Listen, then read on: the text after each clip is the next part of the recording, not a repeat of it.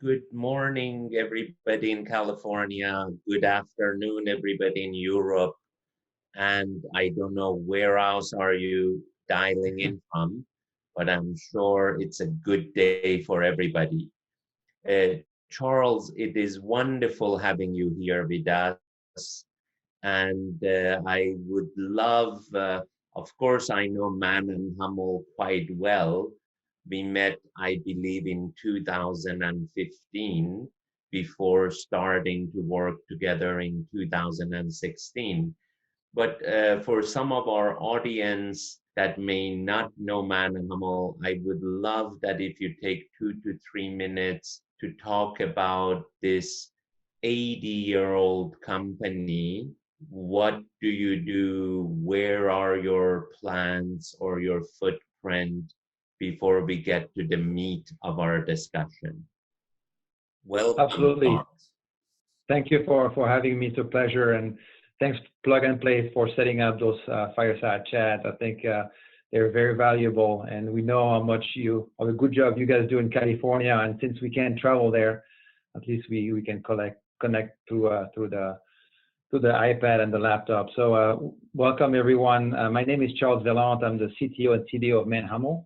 We are a German-based company based in Stuttgart at the heart of the auto industry. And our specialty is filtration. We like to separate the useful from the harmful and make good out of it. And we do this at a very large scale. We do about 4 billion in sales annually. We have 20+ thousand employees, and we make about 17 filter every second, 24/7. So quite a bit of those are going through our factories. We supply our product through the transportation, so the auto industry, truck and bus. We supply our product through also the aftermarket. So if you go into an Advanced Auto, O'Reilly, some of those repair shops, typically our filters are provided. And then we also supply filters for buildings, for shopping malls, office buildings, hospitals. I'm sure some of that discussion will come very soon here. So those are areas that we are present. So that's what we do. Wonderful. And I know that you have a very big footprint. Here in US, you're quite active with several thousand employees in Far East, in Europe. How many plants around the world do you have? We have a 60+ location, around the world. So we've been, very global, very early. As a German company, typically in the early 60s, we started to deploy globally. So we went to South America, to China. So we are quite present. Our products are pretty large, so they're not very easy to ship. They're very expensive to ship. So we typically have to produce in the market. And being a global player, we have to be close to our customers. In North America, we have 7,000 employees, mainly in the United States. Obviously, I think about 4,500, 5,000 employees in the United States, and the rest in Canada and Mexico. Wonderful. And, your title is Chief Technology Officer and Chief Digital Officer. And may I ask, how did your journey begin for innovation or Chief Digital Transformation? When did you think about technology being so important for MANN+HUMMEL, and how did your relationship with Plug and Play begin? Sure. So as mentioned by Johannes, I've been working for MANN+HUMMEL for 20+ years, 23 years in fact. So I spent a lot of my career in product development, project management, basically developing products for the OEM in Michigan and bring them into production. And about 10 years ago, a little bit more now, I started to be involved with technology, and I was asked to go to Stuttgart to revamp the innovation process and to accelerate the pace of innovation. And that's what I have done over the last year. So I've been involved with corporate strategy, product strategy, corporate ventures, startup, those type of things. And when people ask me as a CTO, what's my job? My job is to build things, build technology, build businesses, business model, and teams. And that's really what I do. And we met in 2015, 2016, when I get a call from you guys asking me to come to Silicon Valley. And my first reaction is, what the heck is a filter company going to do in Silicon Valley? I mean, we don't do computers, we don't do chips. And obviously, Johannes mentioned some of the stats we have. So we've been very happy to be part of that journey and to really open our innovation process to the outside and be able to collaborate with a lot of smart people. Saeed, we realize that not all the smart people in the world work for MANN+HUMMEL. There's also some that works for other companies. Yeah, and we talk in Plug and Play about open innovation because we would like to have OEMs like Mercedes, Porsche, Volkswagen, Nissan, and global brands to work with tier 1, tier 2 suppliers to not only look at new technology, but implement it in the whole value chain. How does this open innovation suits MANN+HUMMEL, and what do you think about this whole multi-players, multi-corporation being on the same platform? Yeah, I think there needs to be a shift of working. I think we have taught our associates for a long time that IP is very important, USP is very important, and so the way we've been working is in a very, let's say, isolated, introverted way, where we're very cautious about who do we collaborate with. And I think for this open innovation to take place, people have to be willing to really collaborate together. They need to understand that the speed to market is probably more valuable than protecting some of the IPs. Just think about the time that you require to file a patent today. I mean, we can spin out IoT solutions much faster than we can even file for a patent. And by the time the patent is filed, the product is already obsolete. So this method, is kind of very slow, and therefore you have to have the courage to work with other people and to share technology with companies that are not yours. But if the speed to market is what you're looking for, I think you have to have the courage and taking the risk to collaborate. And we know that the ones that are doing that well are quite successful, and the ones that don't, I think, will suffer in the long run. You're absolutely right. We feel like Ola from Mercedes mentioned to me that you need to combine the speed and the agility of entrepreneur with engineering and scaling power of Mercedes, and together you could create value, hopefully faster, better, and cheaper, than working alone.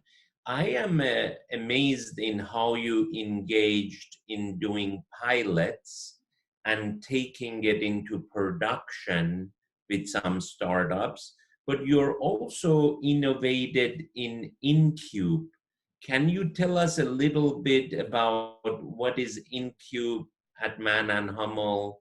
How has it done in the last couple of years? And I think we're going to have one of the Incube companies present later on. So I love that to hear it from you. Sure. I think just like many of the associates and people that are online today, when we go to Plug and Play, I think, the first day you walk through that door, you see that energy is like a beehive, going on, and you see people crawling in every corners, full speed ahead, building this technology, building those products.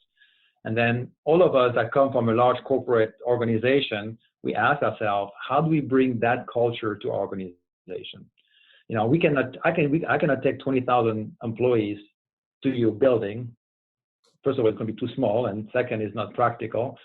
So I asked myself, how can we do this? And so we developed a program where we ask for volunteer to leave their job, leave their family for 6 months, and then come to Silicon Valley and working at Plug and Play.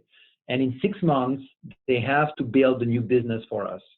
So they have to start with zero all the way up to 6 months to show commercial traction of a business. And they have completely freedom to operate. They completely self-organize. We coach them with, some support in terms of design thinking, in terms of agile working, and so on. So we give them some tools, but they're completely independent. And what they realize is when they go into Silicon Valley, when they're outside this corporate shell of the large organization, suddenly they realize that the only resource that they don't have is time.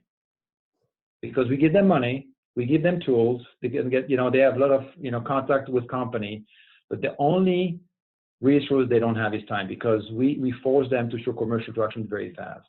And they don't have the excuse now that the hierarchy, the management is slowing them down, because there is no more management. And so suddenly they have an environment where they have to decide and they have to take risk. And we realize that the first week is very difficult because they hate to take risk and they like to have somebody else to advise them. And so we put them in the environment. The experiment started in 2018. We have run 3 cohorts through Incube. And in fact, we have financed the three businesses. The first business is a business called Claire. They do artificial intelligence for building, and they're in the scaling up phase, and they're doing quite well. The second company is a AI engine for wastewater treatment called Streametric, where we help operators avoid warranty costs. We're just scaling up right now, also in the US. And then the third one is Pure, which was a combination of face mask and fashion for the Chinese market. And Jasmine, our founder, that was in California, is now back in Shanghai, and she's starting this business. And we'll have a chance to hear from her in a few minutes. So I hope you like it. Wonderful. Again, congratulations in Incube and getting internal ideas to new companies and launching a product. Quite frankly, everybody talks about it, but you have been able to implement it. But to little bit change the direction, of our conversation, what are, in your opinion, your biggest challenges and biggest opportunities? Then I will go after your response and talk about COVID-19 challenges and opportunities. But let's first stay to the main business, MANN+HUMMEL. Sure. So I think the biggest challenge and the biggest opportunity is about who we are, is the size. We are market leader in our product line. We are successful because the way we've been running our business for the last 70 plus years. And I think that's a challenge, and that's a risk for the future, because if we don't convert into the new world, if we don't convert into digitalization and the change of dynamic into the market, we have a lot to lose. And I think a lot of corporations that I meet at Plug and Play, I think a lot of us are all very successful because of the way we ran business. So what got us here won't get us there.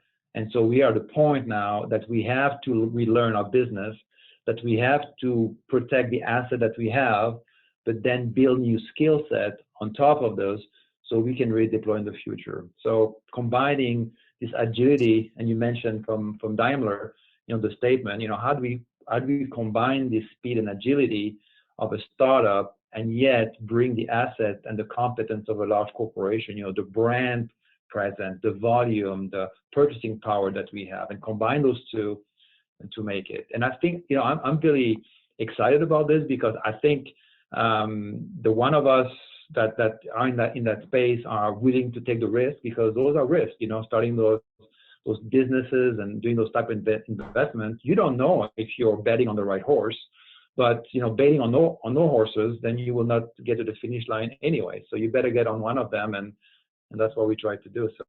So I think it's going to be pretty bright, and we're going to fall on our face a couple of times, and we're going to get up stronger and better and run faster the next time. So. Yeah, and I remember last week when I talked to you, in about before this fireside chat, you were working on a project collaborating with a very big OEM in America, and even you were surprised how fast the product approval was, the purchase order was. Can you please share some of that speed, agility? Perhaps we can learn something from this COVID-19 emergency. Sure. Yeah, it's amazing. We were talking earlier, right? It's really amazing how creative and resourceful humans can be when they are in dire needs of finding solutions. So this is, I think everybody's watching the news, and we see the the embodiment of the industry to try to help out. So there is some project running by the OEM in the US. I think you read the news, and so there is ventilator project, there is respirator project, and the one we are talking, it's a respirator project. Basically, it's a hazmat suit that the nurse has to wear. There is a face shield and a mask, and then take the air from the back of the head into a filter case that is on the back. We get the call on the Wednesday that they were looking to source the filter. They need the HEPA filter, and they knew we were in that business because we are one of the leaders. On Saturday, now, we every day and a couple of times a day, I think three times a day, we had meeting with them. On Saturday, they basically, give us the green light to go ahead. We started to build, tooling and putting the thing in gear. By Friday of that week, we started production. By Monday, we had 540 pieces air freighted to Detroit for some parts. So, from start to really time to market was 15 days. Now, obviously, there's a lot of paperwork and rubber stamp that were shipped to the side. Also from the OEM side, and I'm still on the daily call. We have this daily task force meeting. So I tell you today we're producing, I think 1,088 of those filters, and we're going to ramp up. It's anywhere between 2,500 to 5,000 a day. So they're going to be building 700,000 of those suits per month, which is great for helping the healthcare industry, which is suffering drastically from lack of PPE. If I could say, I don't know if you're open to sharing the name of the OEM or not, but how long would that process take to approve a product, design, safety, and then go into production if we didn't have this urgency compared to the 15 days you mentioned? The time is drastic. I mean, we're talking about years. Typically, for a automotive project to design vehicles from the time that they conceptualize the car all the way until you start shipping product to be sold, it's anywhere between 2 to 3 years. Now, this is also based on the cycle time of replenishment of the model years and so on. How quickly could that be done? In probably a month, maybe a year, and so on. So we're talking about drastic changes. Same thing on the face mask. On the face mask, we had about 13 days from the time we decided to make face masks in the US. Obviously there is a huge problem with supplying those products, especially the N95 mask and the surgical mask. So and we're not able to produce those and get them certified fast enough. So what we have done is we know how to filter particles. We know exactly the size of particles that need to be filtered. We went into our portfolio. We looked at what filter materials do we have that can collect those particles, and then we actually started to make face masks. So we started. This was a week ago. We have made about 80,000 as of last night. So we have now shipped face masks to all our factory in North America. So all our employees are able to be protected during working hours because we are operating still in many of our factories. And then as of today, we are having an online store for employees only to be able to purchase those masks for themselves or their families. So they will be able to buy those. Can you put me on the employee list? No, I'm just joking. Send me your resume. I can look at it. Very good, very good. Now talking about the automotive industry, which is like sometimes considered as one of like backbones of economy in US and Germany. The automotive industry had a great, I would say, 10 years run, but we were already having challenges late last year, early this year, and then this COVID-19 hit. Can you tell us when did the challenges begin? And quite frankly, I'd love to get your thoughts because Mercedes plant shut down for almost a month, and the whole auto industry took a 1 month pause in Germany. I love to get your insight. That was that the right thing to do, and especially when we go back to work, I remember you had some interesting learning experiences from 2008, 2007 that I would love you to share with us. Yes, absolutely. So yeah, the auto industry, especially the new car business, is significantly down. We know that the European market is shut down currently. The North American market is shut down currently. So as I mentioned earlier, our factories are working, but the factories that are working are not our automotive OE factories. Those are the aftermarket factories, the one where we supply the stores and then the aftermarket, because we need to supply the ambulance and the trucks and all the freight, right? But on the OE side, our business is significantly down. So we are right now at about minus 95% of where we need to be, right? So basically, it's dark. Most people are laid off, direct, indirect. In 2008 and 9, during the last crisis, which is the big one we remember, and I remember the number was minus 75% in January 2009, and we said, oh my gosh, minus 75% of the plan. How can you survive? And right now we are at minus 95%, significantly more. What happened in 2009? Obviously, everybody was so worried about cash and cash preservation that everybody started to stop, the inventory, start ordering, shut down the factory. And what happened is the whole supply chain then really went dry.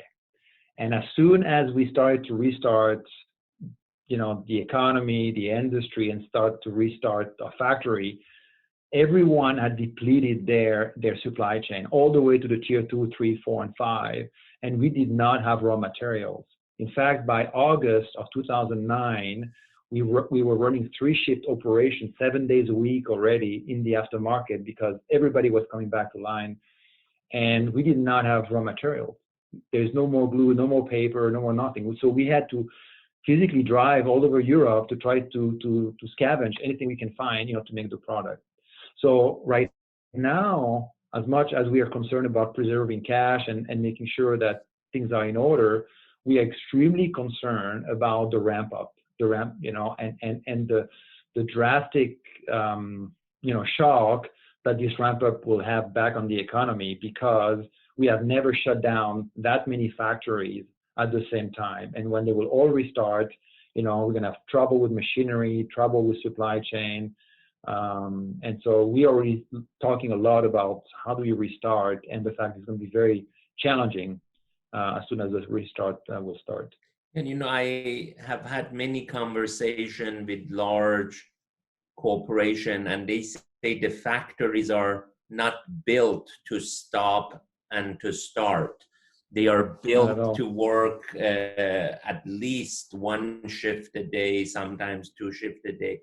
Can you tell us a little bit about production coming back in China? Because I believe in China, they are about 60 days 75 days ahead of US and Europe. What are you seeing in China and in Far East? Yeah, absolutely. I think China is ramping back up. Jasmine, that is on the line with us, and you know, she's in a plant in Shanghai, and we've got 90+% of the people back in the office. Plants are working, so orders are coming back on, you know, back on. So this is, you know, the bright spot, and we hope this is going to be the model that is applied, you know, in Europe, United States. The question is how quickly. I think what is clear is the way we work, though, and the way we will work when we ramp up will be different. You know, today in China, you have to wear a face mask in the office or in the plant all the time. The only time you don't have to wear a face mask if you're eating. Obviously, you have to remove it, or if you're in your house or in your apartment. So at the canteen, you know, people are not allowed to sit next to each other anymore, right? So there is segregation and social distance is there. So it's a ramp up. It's a smart way to do it. It's a different way, and I think we have to be prepared for it. I have seen already in the last week some great example of tier one suppliers already preparing for the ramp up into how to run a factory, how to make sure you know, risk of infection is very low, how to educate the workers, and so on. So again, I think we are very resourceful, and people are already putting their mind now into how quickly can we ramp up in a smart way, and then to make sure that we, you know, avoid any issues that may come up. You know, if I could also reflect in, I speak to our China offices. We have 10 offices in China. And when I speak on my weekly call with China, they mention to me that innovation is more frontline. You know, specifically with the 2-3 largest automotive manufacturers, suddenly they called us and they said, what is that innovation platform you're talking about? And, you know, they are much more proactive. The government, the central government, health ministry says we need to be more proactive with inviting startups and innovators to our product roadmaps, and then we can help them with funding and scaling. So I am just hoping, similar to the project you had with Detroit, we can cut down some of the red tape, some of the delays, and really get into productivity and production faster, similar to China. And I hope you guys, the German companies are really good at that. I hope we can do it here in US as well. What is your thought compared to Detroit, Stuttgart, Shanghai? Like, what can we learn from each other during these challenging times? Yeah, I think you see kind of the DNA of the culture of each region, you know, popping up. Obviously, the Germans are very organized. We all know this. You know, I live it. I think you spend a lot of time with the Germans. So, I mean, you know, we have, you know, standard checklist and measure list. If you look at the cases in Germany and how they manage, you know, the ramp down and the medical systems, you know, it's really ahead of everything we see in Europe. Just between France and Germany, drastic, you know, difference in the way they handle the situation. So we see that, you know, the German being very organized, very meticulous into the approach. I think in North America, we are very resourceful. I think there is this spirit.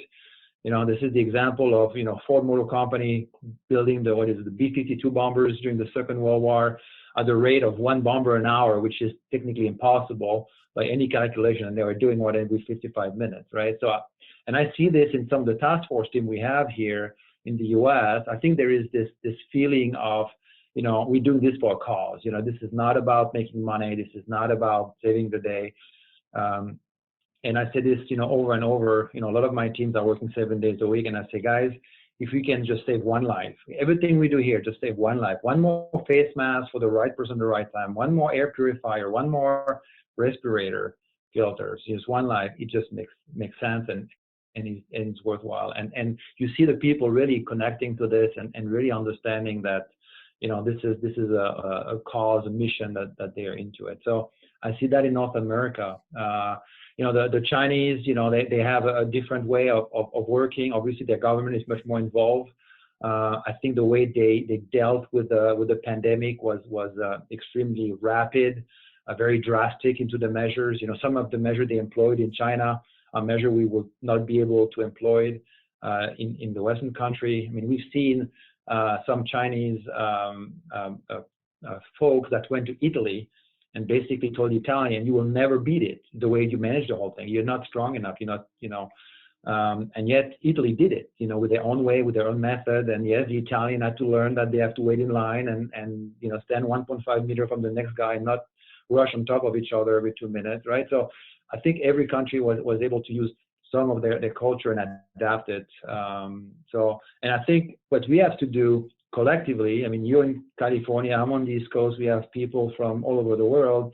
If we can leverage the strengths that we have in each of the corners, which is what we do at MANN+HUMMEL today. One of the task force, we're building a special air purifier for hospitals. In that task force, we have a daily call every day with Brazil, US, and Germany. And we are sharing between the three countries technical details and specification and manufacturing, production and cost and everything else. And it's really amazing to see how the Germans are coming up with, very good technical solutions. The American were very fast, and the Brazilian even faster than the Americans, and I think this is how we can really, create a better product. And the question that you have is the right one. Why do we need to have a pandemic to work this way? Why do we need a pandemic to develop a product in 15 days that actually works pretty good? And there was a great article in the Wall Street Journal, I think yesterday or the day before, that talked about how America is relearning how to do innovation. And it is about removing the red tape, removing some of the executives that, slow down the process by asking for reporting and tracking of costs. It is about trying things that maybe are not perfect. And we heard, the startup all the time telling us we have to do MVP. And we think we understand, but we still don't really do it. We still want things to be perfect because we worry about warranty costs and we worry about, legal issues and so on. And only when the crisis is so deep, we behave in a different way. Wonderful, Charles. I have to ask you this question before we open it to the audience for a question. Do you feel like your crystal balls, is this like a V shape? Is it going to be a slow coming back? Let's say, especially with the experience in China, what is your gut feeling? How long will be this is the biggest recession since Great Depression, or could it be short term? That's $1 million question. Here's Saeed, the investor, asking me a question, right? So it's I like to be optimistic. I want to be carefully optimistic. Obviously, this pandemic is something one of a kind. I mean, we would have expected just a few months back that this would slow it down. That the government of all the major countries are forbidding people to go to work. I mean, how crazy is this altogether? But I think, there is some demand out there. And as soon as we will be able to figure out a way to go back to work, I think it's going to ramp up. So I would not be surprised if we're going to see, a fast ramp up. We're going to have to deal with still the basic aspect of the pandemic. How do we make sure the weak and the old of our parents and grandparents, make sure that they're protected until the vaccine comes into line. But, we're smart enough, we're clever enough, and China is showing us that they can do it. If 60 days after 90% go back to work, okay, you have to cover your mouth with a face mask and make sure you have a meter distance, when you sit next to somebody at a restaurant, then it can be done. And so that's what I think is going to happen. And I hope a year from now, I can go and shake your hand in Silicon Valley and talk about the experience we just went through. Wonderful. So you put me like saying as an investor, quite frankly, yesterday, Monday is our investment committee, and we did 3 new investments. And last week we did 4 new investments. I hope, because cash is king, I hope I am right. My gut feeling is June 1st, we will be start coming back. And again, as a leader, as one of the active investors, I don't want to stop. I think we need to keep positive attitude. Perhaps to be totally transparent, I reduced a little bit the size of our investments, but I need the team to be positive. We need to find new entrepreneurs and back them up. Some of the best companies in the world have been funded during challenging times. Absolutely. And And I you know, think I have Simon back. So maybe Simon can share with us some of the question from the audience. Yeah, fantastic. And what a great conversation. You know, Charles, you spoke about this amazing global coordination between the various countries coming together at COVID, but obviously that's come from somewhere. And we've had some questions around your firm being potentially considered one of the more traditional. It's been around for a long, long time. Maybe you could talk about what was the transition to become the kind of firm that's able to move with such agility when this crisis has come up? Yeah, I mean, you know, I think we perceive as very traditional just because of the type of product. And yeah, filters are not very sexy per se. But I think we realize that this transformation is taking place. I mean, the fact that we're very active with you guys in Silicon Valley since few years, it's really an understanding that we need to learn how to work in a different way, and we need to change, you know, the core DNA of our business. So when the pandemic come on board, a lot of the method, you know, are the same that we employ when we do a startup. I mean, you know, a lot of stand-up meetings is, you know, we use Jira and Trello and all this tool that we're using. The only thing is we don't try to create something from scratch and go talk to customers and, you know, do a design sprint in 2 weeks. That doesn't work. We just have to scavenge. Okay, what do we have?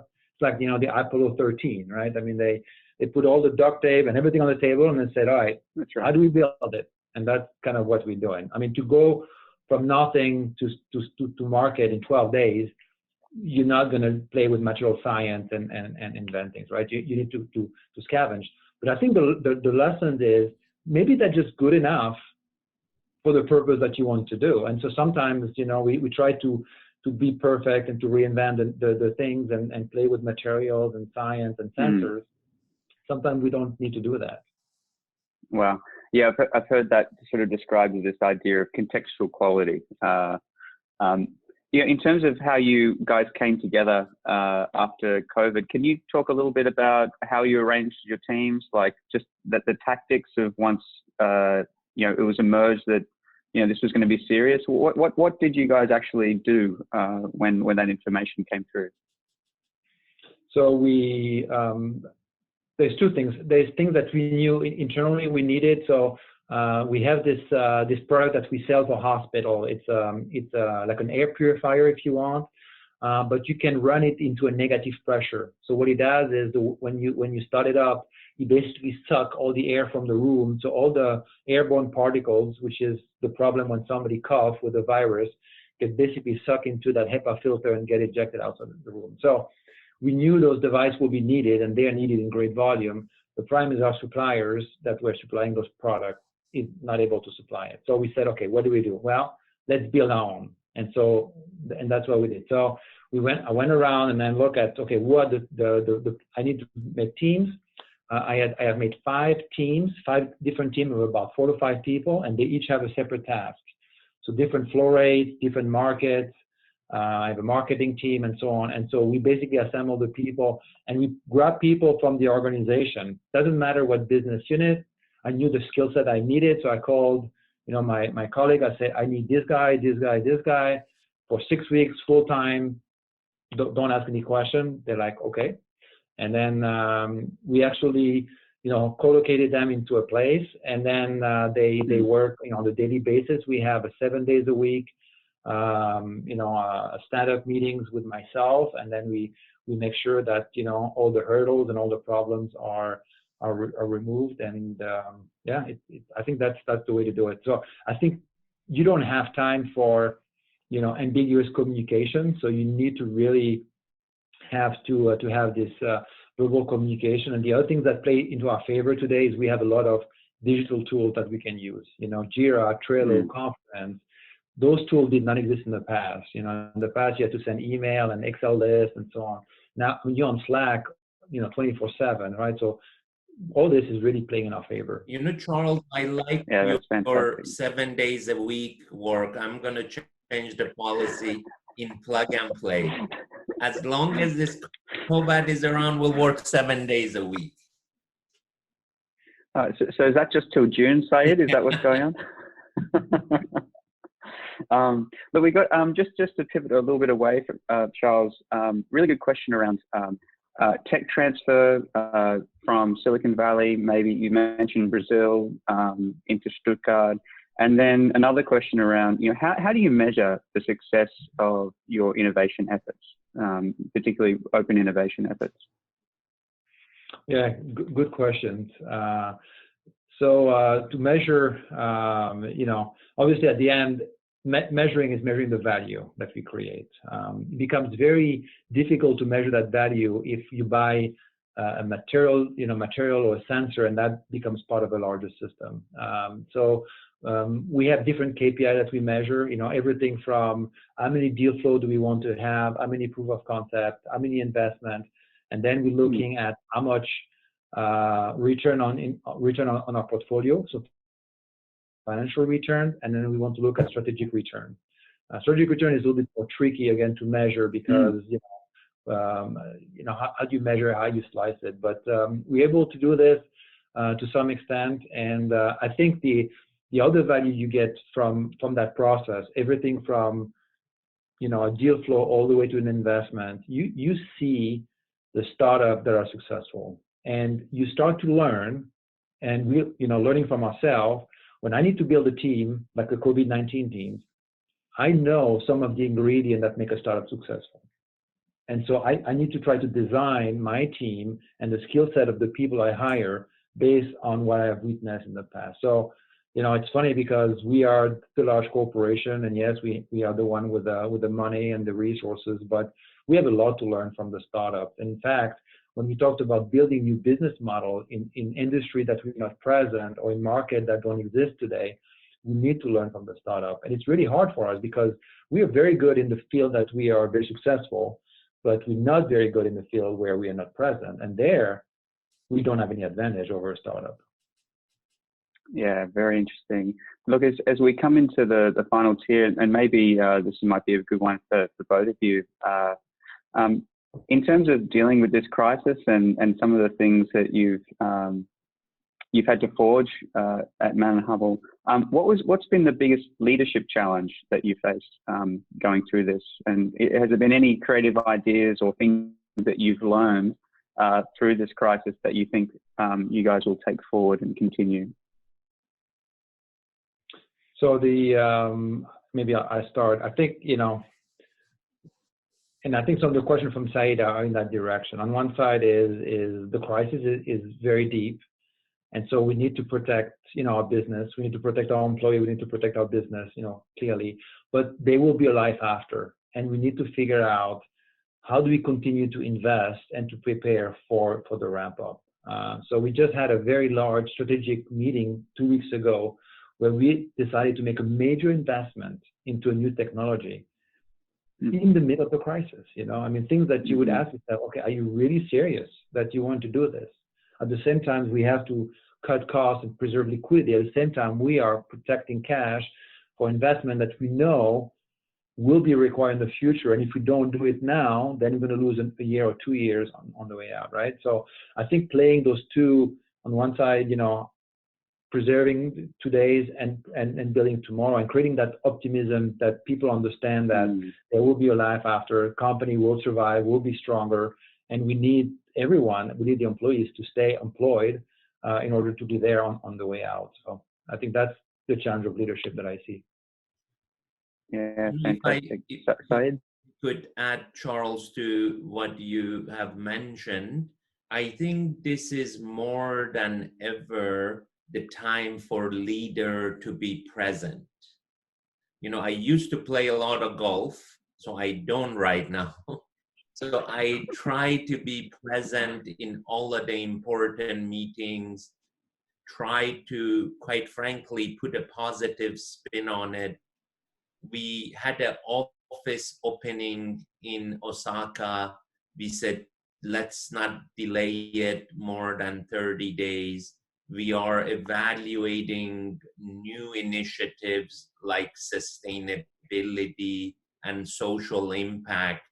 We announced and executed 2 new initiatives, including the COVID-19 accelerator, because I really think we are responsible to apply what we have learned in many different industries to solve this COVID-19 problem.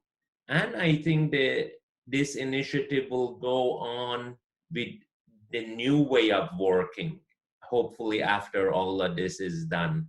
But I think this is a time for leaders to show up and to be present. Fantastic, and great words. Charles, Saeed, it's been a terrific conversation. I'm going to land the plane and hand it back over to Johannes, but thanks so much for spending the time this morning to both of you. Thank you, Simon. Thank you. Great spending time with you. Thanks, Charles.